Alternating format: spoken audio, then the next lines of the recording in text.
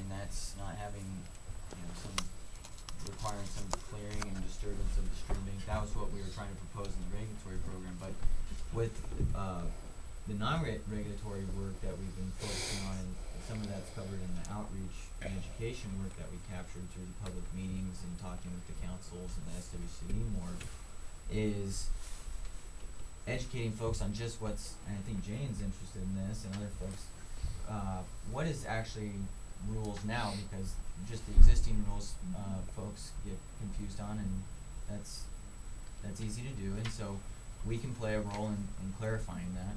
As Greg mentioned, if there's ever a question, we make sure that we get folks pointing to the right information so that they know what the existing rules are.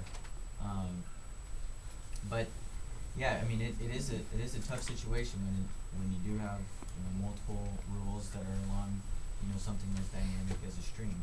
So let's And just a second. that's all I got. Let me add one thing to this slide, and then we will go into the next step. Yeah. So let me add one thing, and then we'll come over to you. So this talks about process and steps into late 2012. The idea is that at that point we'll have a program prepared with a lot of input from you folks and others as well. And beginning around then, we will start having the process for adoption of whatever program is being proposed at that time. So the formal adoption process, again, takes notification to affected property owners, public hearings, opportunity for public comment, and ultimately a decision on what program to adopt, if any, by the Board of County Commissioners. So that process will happen beyond the end of this timeline. I'm sorry, and I'm not trying to embarrass you, you aren't in a position to answer in a way, but I would certainly like to know what the database is for the state administrative rules for the farms and forests. Oh, no problem. I mean, that's all very accessible. I can get that. It can be, Yeah. because it's very relevant, it should be very relevant. And I can talk with you more about that, but I Not do think, now, I mean, but. I do think though that we can, like we've done throughout this project, we can consolidate some of those Right. rules on our website and just make it so that people don't have to go, internet fishing around for some of those things. Okay, Yeah. so I think we'll move now into the next step, which I noticed on the agenda we have discussion 45 hours. So I hope you all are comfortable, because I think this is definitely a topic we can talk that long. I have a question about the granularity of your data and your data gathering. I'm concerned with the bias of the information, whether on what all you're going to be looking for and what you're going to be ignoring when you're looking at people's properties, and what you're gonna maybe not tell them to do, maybe tell them to do, maybe do, maybe ignore, maybe there's too many maybes and there's too much information left out. You've got you say you got this EC, the economic, social, environmental, energy, but that doesn't say what you're actually looking for. And the granularity of information gathering is essential if you're going to have an understanding of what you're doing, not only for you but for us. I face the same issues in the state capitol, and the granularity can tip the scales one way and make it a total lie. Right. So the issue that we've had, you hit on a big issue that we've had throughout the project. Mike talks about this to me quite often. Is the scale of data. I mean, we are working at various scales. The whole basin for some of the water quality requirements, then certain watersheds, and then of course individual properties. And what happens on one property moves and can affect what happens downstream.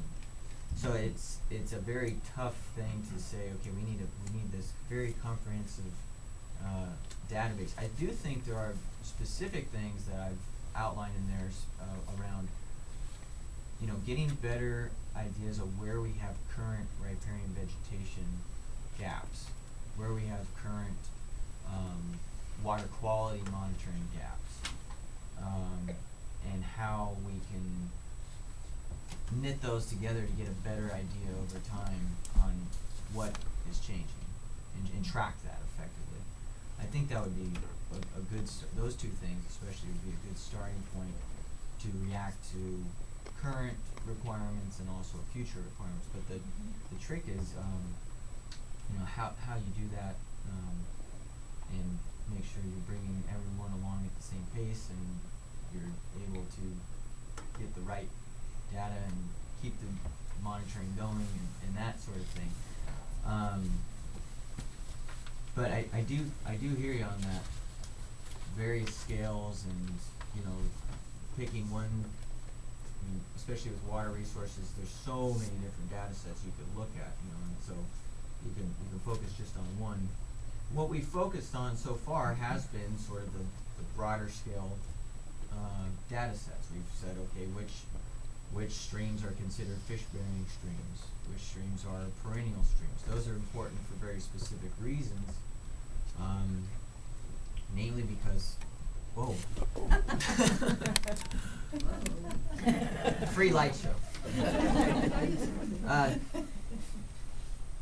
Those are important for particular reasons when we were doing the inventory, because fish-bearing streams are a priority for protection with our local goals, and also the perennial streams are important because of what the current water quality requirements are around temperature within streams in Oregon.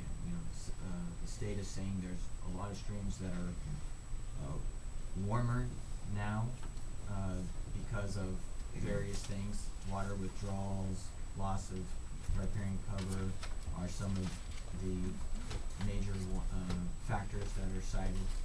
So I do think that we can definitely with my time over the next year do it. And we learned about how to do it through the inventory on tracking change in riparian corridor vegetation, better documentation on these priority streams, the ones that are mapped as fish bearing, the ones that are mapped by Oregon Department of Forestry, which is out there most, determining how far fish are moving throughout the stream reaches. And then the USGS and BLM and other folks that are coming up with which streams are perennial and are providing that cold water source, especially in the low flow summer months, and focusing on in those areas is something that I've put forth, and I think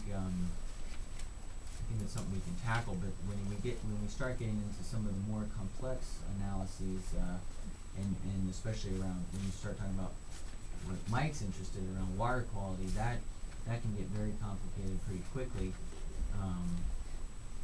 So maybe that's a good segue well, for. But Adam, let me answer your question in a slightly different way, which is generally the EC. You were asking about the EC analysis and the granularity of that. Yes. And the EC analyses that I'm familiar with generally are fairly large grained, if you will, rather than fine grained, looking at watersheds or stream reaches as opposed to individual properties, and rather than picking out individual properties and things that are going on them, aggregating, drawing more broad implications and understandings. And so an important part of the process is having that draft EC analysis available for people to review and comment on and say, well, you missed X. Talk more about how this is going to have an effect on such and such. So there'll be an opportunity for you to review that and have input as well. The reason I was asking is because you've got, you're I don't know if you're taking into consideration, I've got the same problem up working on the helmet reform bill. And this is where the granularity comes in. Just for example, you take a group and say that this group has this many accidents, this many injuries, in a certain period of time. Well, that might be true, except you're not taking into account how many are from this state, how many are not. How many were doing it legally, how many were not. You're just taking an overall picture, but you're not putting it down to where the problem actually is.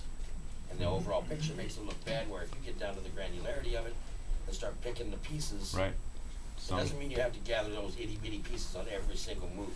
Right. But on to give you a general idea, you need to pick apart a little bit to give you an idea of what's going on, or you right, don't have anything. to see the differences between, you know, everybody is not the Because same. it'll look bad here, but once you actually get down to granularity, all of a sudden the scale drops. And right, I get your point. Ruth, may I ask